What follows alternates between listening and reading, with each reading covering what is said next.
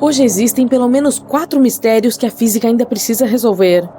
Os seres humanos sempre quiseram voar, mas isso sempre pareceu impossível. Os gregos antigos contaram o mito de Dédalo e seu filho Ícaro, que construiu asas de penas e cera e voou para longe da torre em que estavam presos. Mas isso era apenas um mito. Por volta de 1500 d.C., Leonardo da Vinci construiu várias engenhocas feitas de madeira, nas quais esperava que os humanos pudessem voar. Porém, elas não funcionaram. Obviamente, havia um problema de física que precisava ser resolvido. Cerca de 200 anos depois, o matemático holandês Daniel Bernoulli resolveu o problema de como uma asa deve funcionar. O princípio Bernoulli da diferença de pressão do ar entre o topo curvo da asa e o fundo reto da asa. E então, agora os humanos possuíam o conhecimento de como voar pela primeira vez.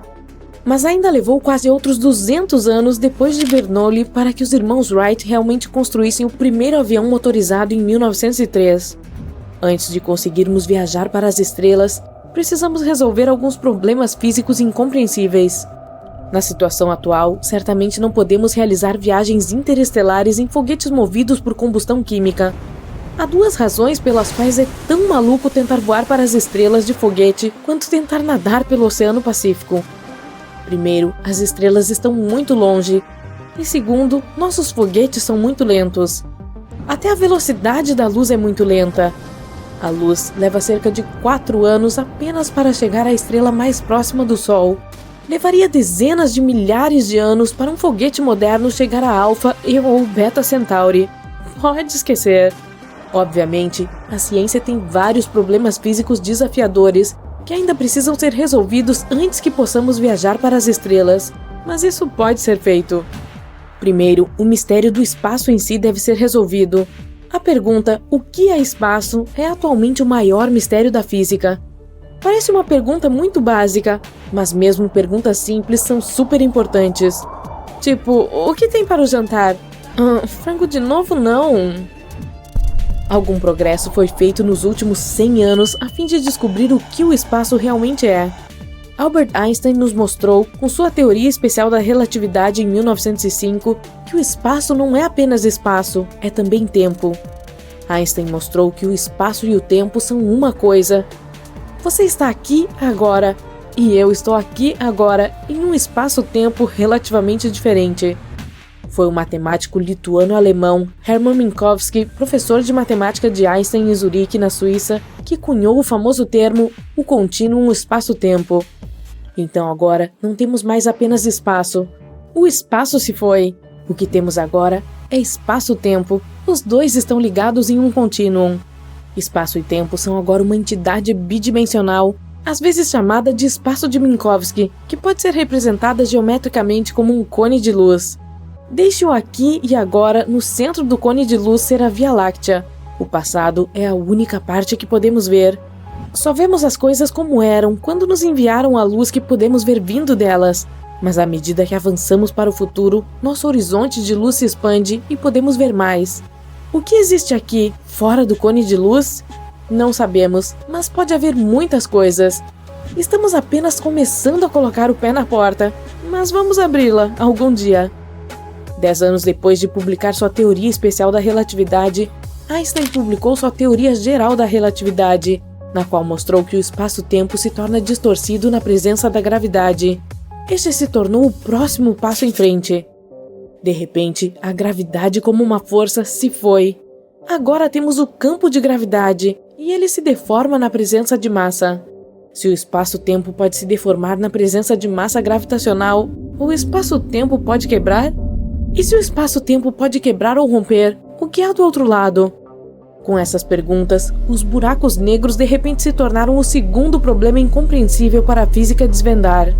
O estudo de buracos negros, um termo cunhado por John Wheeler em 1967, ex-colega de trabalho de Einstein em Princeton, Instituto de Estudos Avançados de Nova Jersey, tornou-se uma preocupação para os físicos modernos porque os buracos negros parecem romper o espaço-tempo e abrir uma quinta dimensão.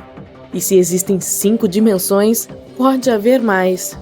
Buracos negros são encontrados na natureza em centros galácticos onde o gás e a luz em órbita são acelerados pela gravidade a velocidades além da velocidade da luz.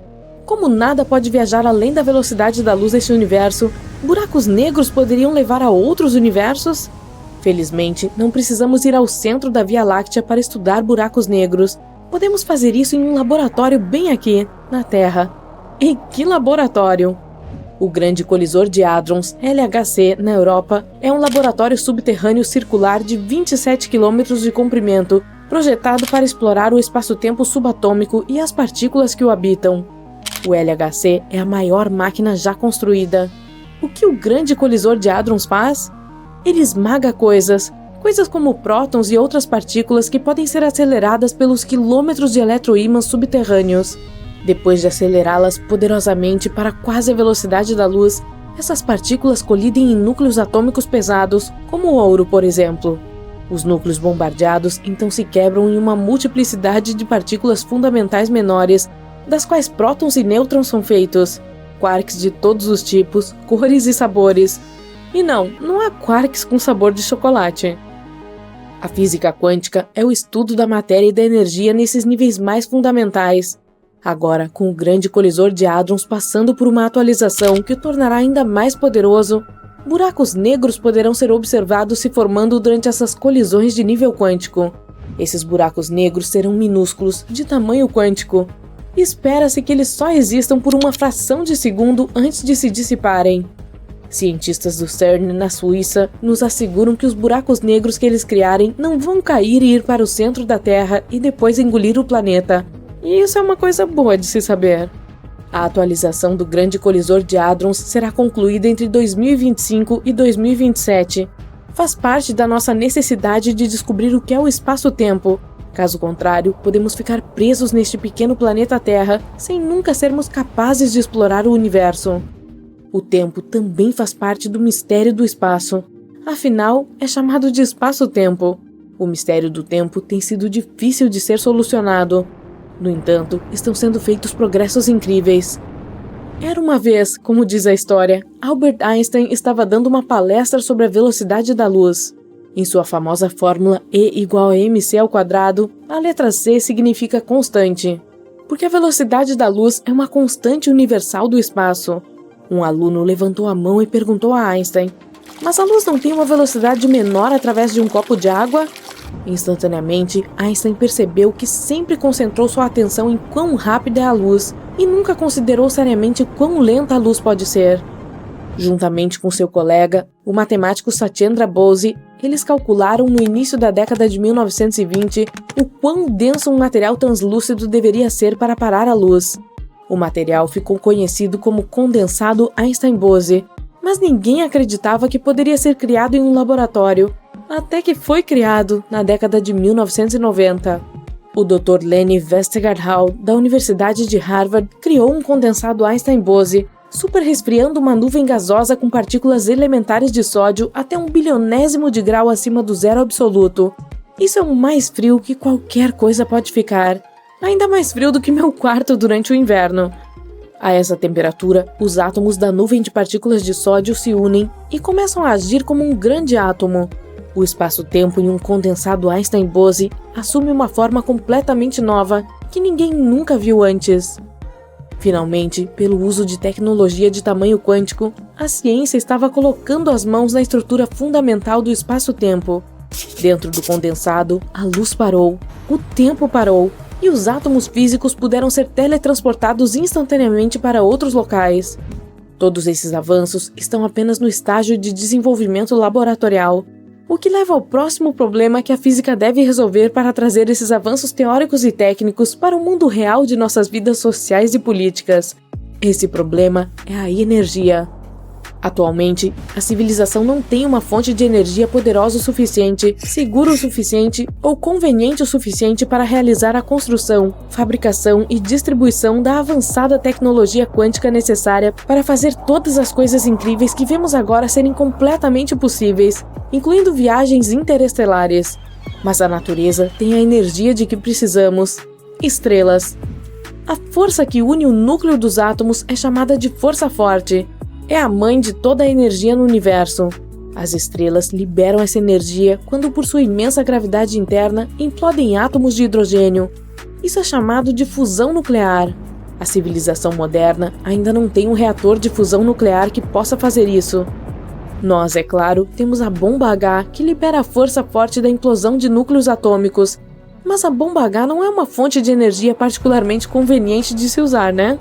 Os países desenvolvidos têm muitos reatores nucleares que produzem eletricidade a partir da força forte, quebrando o núcleo dos grandes átomos instáveis de plutônio radioativo. Estes são reatores de fissão atômica e provaram ser, e bastante, não seguros. Os reatores de fissão nuclear devem ser eliminados gradualmente de operação o mais rápido possível. A corrida para construir um reator de fusão nuclear em funcionamento enfrenta muitos obstáculos técnicos e econômicos. O reator ITER, atualmente sendo construído no sul da França, é um projeto internacional que usa o design russo tokamak de um plasma gigante de deutério em forma de rosquinha. Um consórcio de 35 países está envolvido no projeto ITER e eles já estão trabalhando nele há 35 anos. Cerca de 30 outros projetos de reatores de fusão com vários designs também estão em construção em vários países, sem que nenhum deles ainda atinja uma reação sustentada ou uma produção líquida de energia. Por quanto tempo o mundo pode prender a respiração esperando pela energia de fusão? Isso é o que eu chamo de pergunta ardente. Os dias escuros são fenômenos naturais misteriosos que ocorreram apenas algumas vezes na história da humanidade. Podemos descrevê-los como eclipses ou apenas como algum evento climático, mas na realidade eles são muito assustadores e não temos ideia de por que eles acontecem. Então, o que são esses dias escuros, afinal? O que é de tão estranho neles? Vamos tentar descobrir. O Sol desapareceu. O que vamos fazer? Foi o que os moradores de Yamal, na Sibéria, perguntaram aos meteorologistas no dia 18 de setembro de 1938. Pela manhã, em vez de irem para o trabalho, todos se reuniram na estação meteorológica. Eles estavam esperando respostas. Tudo porque naquele dia eles observaram algo inexplicável. Um eclipse, que mais tarde apelidaram de o Dia Escuro. E nem os astrônomos nem os meteorologistas conseguem explicar o que aconteceu naquela época. Eis como um deles descreveu esse evento.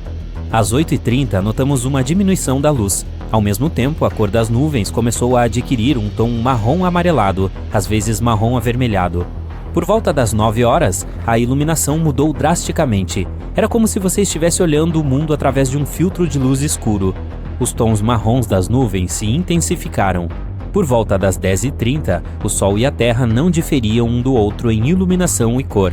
Tudo parecia homogêneo, preto, absolutamente sem luz. Muito assustador, né? E isso não é tudo. A cidade também mergulhou em completo silêncio. Nem rádio havia. Os meteorologistas não conseguiram entrar em contato com as autoridades e os moradores locais não conseguiam sintonizar nenhuma estação. Todos estavam no escuro, literal e figurativamente. Os meteorologistas decidiram tentar lançar vários sinalizadores. As chamas subiram no ar em direção às pesadas nuvens escuras que pairavam sobre a cidade e desapareceram. As nuvens eram tão densas que as chamas eram completamente invisíveis. Ao mesmo tempo, o clima estava perfeitamente bom. Tudo estava quieto, e esse silêncio escuro durou cerca de 1 hora. Depois disso, o dia escuro terminou tão inesperadamente quanto começou. Algo ainda mais desconcertante aconteceu. Aquelas estranhas nuvens não deixaram vestígios. Sem chuva, sem poeira, nada. Após esse evento, os pesquisadores descobriram que o dia escuro havia se espalhado por 200 a 250 quilômetros ao redor. Eles também souberam que a faixa escura estava se movendo de oeste para leste. Depois de passar pela parte sul da península de Yamal, ela continuou por um tempo e depois desapareceu completamente. O Yamal não é o único lugar onde esse fenômeno ocorreu. Na verdade, eclipses semelhantes vêm acontecendo em diferentes partes da Terra há muitos anos. Por exemplo, na Nova Inglaterra. Em 19 de maio de 1780, as pessoas testemunharam um evento que mais tarde foi chamado de Dia Escuro da Nova Inglaterra, mas ele não durou um dia, e sim vários. Alguns dias antes desse evento, o céu ficou amarelo, e em 19 de maio, em plena luz do dia, de repente ficou preto. Aqui está o que uma das testemunhas, Joseph Plum Martin, disse mais tarde à imprensa. Estava muito escuro. As pessoas tinham que acender velas em suas casas para realizar suas atividades de rotina. A noite estava tão escura quanto o dia. O cheiro de fuligem predominava no ar. Os rios próximos estavam cobertos por uma fina camada de cinzas. Quando a verdadeira noite chegou, as pessoas perceberam através das nuvens que a lua havia ficado vermelha escura. Apenas alguns dias depois, as pessoas finalmente puderam ver as estrelas através do véu das nuvens. E então, tudo voltou ao normal de repente. Ninguém fazia ideia do que havia acontecido. 22 anos depois, no dia 2 de junho de 1802, uma escuna chamada Eldorado navegou pelo Oceano Pacífico. De repente, eles foram surpreendidos por uma escuridão completa. Não tinha tempestade e o oceano estava completamente calmo, mas todo o céu estava coberto de nuvens escuras. Essas nuvens se dissiparam após meia hora e não deixaram vestígios. E novamente, 74 anos depois. Uma das ondas escuras aconteceu em Wisconsin no dia 19 de março de 1886. Eram 3 da tarde e desta vez a onda foi muito curta, durou apenas de 5 a 10 minutos. Uma noite repentina caiu sobre a cidade. Cavalos assustados relinchavam e pessoas aterrorizadas corriam, tentando encontrar um lugar para se esconder. Quando tudo se acalmou, os jornais locais noticiaram que a onda passou de oeste para leste. Não havia eclipse solar, nem ventos ou furacões, nada que pudesse causar a escuridão sobre a cidade.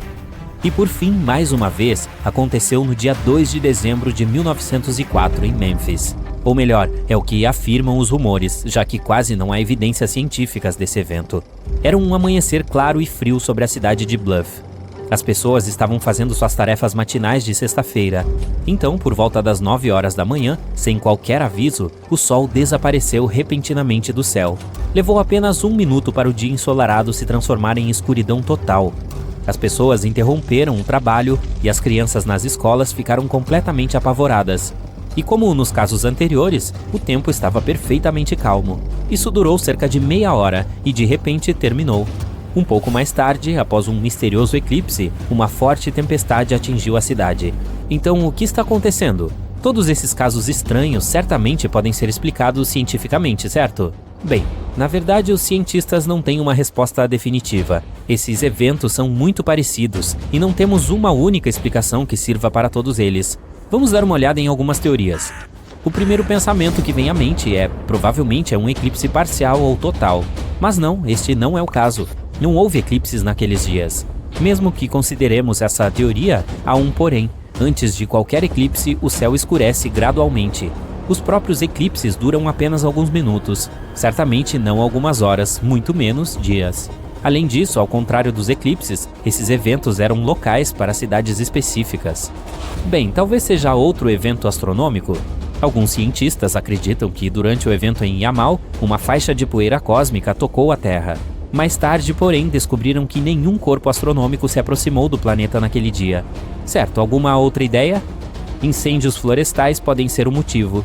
Quando uma grande área de floresta está queimando ao mesmo tempo, uma coluna de ar pode subir a grandes alturas, como de 4 a 6 quilômetros. Esses fluxos de ar carregam cinzas e outras coisas queimadas para lugares diferentes. E como todas essas coisas estão tão altas lá no céu, elas simplesmente congelam lá e se transformam em algo parecido com nuvens negras. Esse provavelmente foi o caso da Nova Inglaterra. Naquela época, uma onda de incêndios florestais estourou no Canadá. Eles poderiam facilmente se espalhar para o norte dos Estados Unidos. Além disso, basta olhar para esta descrição: céu amarelado, cheiro de fuligem, cinzas na água. Tudo parece lógico, mas essa teoria dos incêndios só funciona para o evento na Nova Inglaterra. E quanto aos outros casos? Onde você encontraria um incêndio florestal no meio do Oceano Pacífico, por exemplo? Tudo bem, continuando. Os cientistas tentaram explicar a história de Memphis dizendo que poderia ser um furacão, mas a nuvem escura varreu a cidade antes da tempestade, não durante ou depois dela. E não era uma espécie de nuvem de tempestade típica, era a completa escuridão da noite. Então, o que realmente estava acontecendo? Agora, os meteorologistas chamam esse fenômeno de diminuição local na transparência da atmosfera. Ao contrário dos eclipses solares, essa escuridão é mais densa. Ela também cobre apenas uma pequena área. A transparência da atmosfera é a sua capacidade de deixar passar a radiação e a luz. É basicamente algo assim: quão bem posso ver objetos distantes? Tudo pode ficar escuro e embaçado, por exemplo, por causa da poeira no ar, de erupções vulcânicas, da neblina e assim por diante. Portanto, de acordo com essa teoria, os dias escuros são apenas uma queda extrema na transparência da atmosfera. Mas ainda é estranho. Se for esse caso, tudo não deveria estar coberto por uma névoa espessa ou algo assim? Sim, estava muito escuro, mas quando as pessoas acendiam as luminárias, a visibilidade era muito boa. Nada bloqueava a visão, exceto as nuvens que cobriam o sol. Em outras palavras, esse fenômeno é muito difícil de explicar. O que sabemos é que aconteceu apenas de 5 a 6 vezes na história da humanidade. Se houve outros casos, não foram documentados. Esse fenômeno é impossível de prever e ninguém sabe como funciona, nem onde e quando acontecerá na próxima vez. Embora existam muitas hipóteses, nenhuma delas pode ser verificada. Talvez se esses eventos acontecerem novamente no futuro, poderemos estudá-los melhor. Mas, infelizmente, no momento, os dias sombrios permanecem um mistério. Você tem alguma teoria ou ideia sobre isso? Se sim, escreva no... Milhares de naves espaciais estranhas entram sorrateiramente no espaço aéreo terrestre. Elas descem ao nosso planeta e voam pelas cidades, causando enorme caos. De repente, a porta da maior nave se abre e uma estranha criatura sai. Ela tenta copiar nossa linguagem e diz que eles vieram de uma estrela distante, a Próxima Centauri. Algo assim pode acontecer porque os cientistas recentemente captaram um estranho sinal de rádio dessa estrela. A Próxima Centauri é a estrela mais próxima do nosso sistema solar. Fica a apenas 4,2 anos-luz de distância.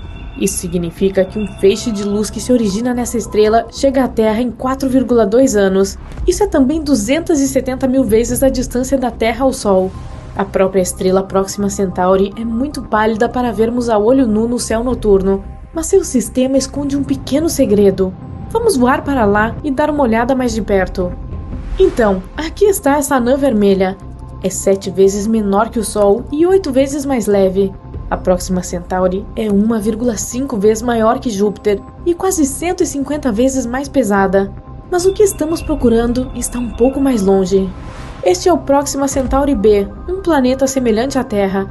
É apenas 10% maior que a Terra e está na zona habitável da estrela. É a distância perfeita, não muito longe e nem muito perto dela. Então, a temperatura também não é muito alta e nem muito baixa lá. A água, se existir naquele planeta, pode estar em estado líquido, e assim a vida pode sobreviver e evoluir lá. Talvez tenha se desenvolvido o suficiente para nos enviar o sinal que recebemos. Um sinal de rádio é basicamente ondas. Elas têm uma certa frequência e comprimento, e sempre podemos discernir um sinal artificial de um gerado naturalmente. O sinal que captamos do Próxima Centauri B tinha uma frequência de 982 MHz. O rádio comum que ouvimos na cozinha ou no carro capta sinais em torno de 100 MHz. É por isso que os cientistas concluíram que o sinal foi criado artificialmente. Esse tipo de sinal pode ser uma forma de comunicação entre os mundos desenvolvidos. Se essa é realmente uma mensagem de uma civilização do espaço sideral, devemos ser capazes de decodificá-la. Para isso, qualquer civilização deve usar o método mais simples de criptografia. Por exemplo, a Terra já enviou um sinal de rádio para o espaço. Foi a mensagem de Arecibo. Essa mensagem consiste em 1679 dígitos. É um retângulo de 23 por 73 quadrados que tem informações sobre nossa civilização codificadas usando um código binário. Na parte superior do retângulo há um sistema de números que usamos. Eles estão marcados em branco. Essa coisa roxa é a chave para ler a parte seguinte da mensagem. Os números atômicos dos elementos como hidrogênio, carbono, nitrogênio, oxigênio e fósforo estão codificados nessa chave. Estes são os elementos-chave que podem começar a vida. Se aqueles que receberem esse sinal puderem entender os números e a chave, poderão ler a próxima parte da mensagem. Essas coisas verdes são os blocos de construção da nossa cadeia de DNA. E bem na parte inferior está a própria cadeia de DNA. O retângulo branco indica o número de pares desses blocos de construção, e as espirais azuis mostram a forma de uma cadeia de DNA. E então vemos a própria silhueta humana. O objeto branco e azul à sua esquerda é um número codificado da nossa altura média. O ser humano em si é desenhado aqui nas extremidades da fita de DNA para que a civilização do espaço sideral possa entender como somos. E o retângulo branco à direita do esboço humano é o número da população da Terra no momento da mensagem, 4,2 milhões em 1974, quase metade do número que temos agora. A parte seguinte é um desenho do nosso sistema solar. O grande quadrado amarelo é o Sol. Então vem todos os planetas do nosso sistema, incluindo Plutão. Naquela época, costumava ser considerado um planeta. A Terra está um pouco deslocada aqui para que a civilização do espaço sideral possa entender de onde essa mensagem está vindo. E o último desenho é o observatório do qual essa mensagem foi enviada para o espaço. Esse sinal está agora a caminho do aglomerado estelar M13, a 25 mil anos-luz de distância da Terra. Então, não chegará lá por mais 25 mil anos. E precisaremos de outros 25 mil para obter uma resposta se realmente houver alguém do outro lado que possa receber o sinal. Se o sinal da Próxima Centauri também for uma mensagem, precisaremos de tempo para decodificar. Então, vamos usar a nossa máquina de computação super poderosa e esperar pelo resultado. Mas esse não é o primeiro sinal misterioso que já captamos na Terra. Os cientistas gravaram um sinal de uau incomum em 1977.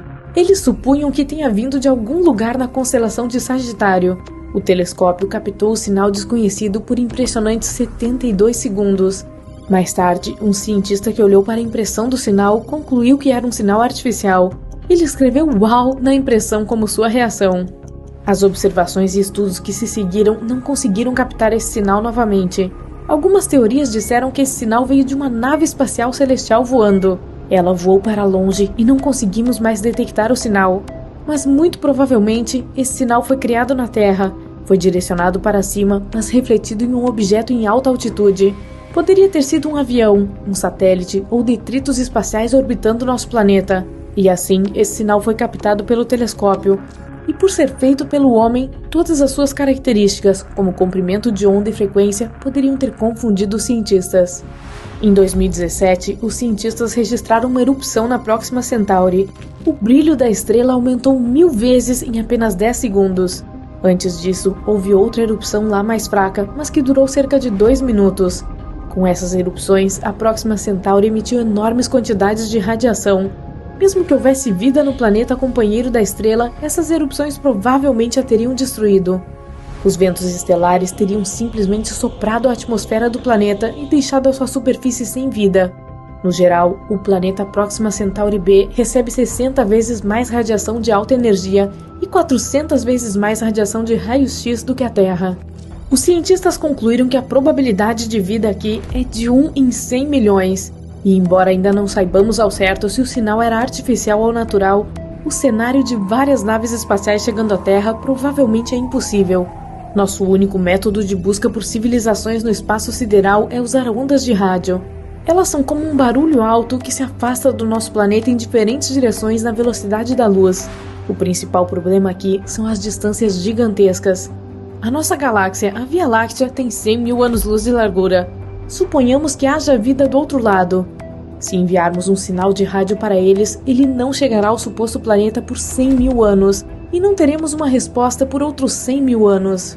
É o mesmo se alguém quiser entrar em contato conosco. Não aprendemos a criar e receber sinais de rádio até o século XIX. Se uma civilização estivesse se desenvolvendo ao mesmo tempo que nós em algum lugar da Via Láctea e inventasse o rádio, não receberemos o seu sinal por vários milênios. Além disso, o ruído do rádio do nosso planeta está começando a desaparecer. Usamos Bluetooth, fibra ótica, TV a cabo. Então, em cerca de 100 anos, não seremos mais visíveis para outros mundos. Ou pior ainda, e se houvesse uma civilização do espaço sideral em algum lugar que estivesse enviando sinais para o espaço? Os sinais chegariam ao nosso planeta, mas ainda não teríamos a tecnologia para captá-los. O mundo que estava enviando o sinal evoluiu e o sinal desapareceu. Poderíamos ter captado aqueles restos das ondas de rádio que estavam se movendo pelo universo, mas montamos as antenas tarde demais. Existem cerca de 2 trilhões de galáxias no universo. Cada uma delas contém bilhões e trilhões de estrelas semelhantes ao nosso Sol. Talvez haja um planeta perto de uma delas que se pareça com o nosso. A vida pode estar florescendo lá, e essa civilização do espaço sideral, assim como nós, está olhando através de telescópios e tem a esperança de captar o sinal de rádio de um planeta desconhecido.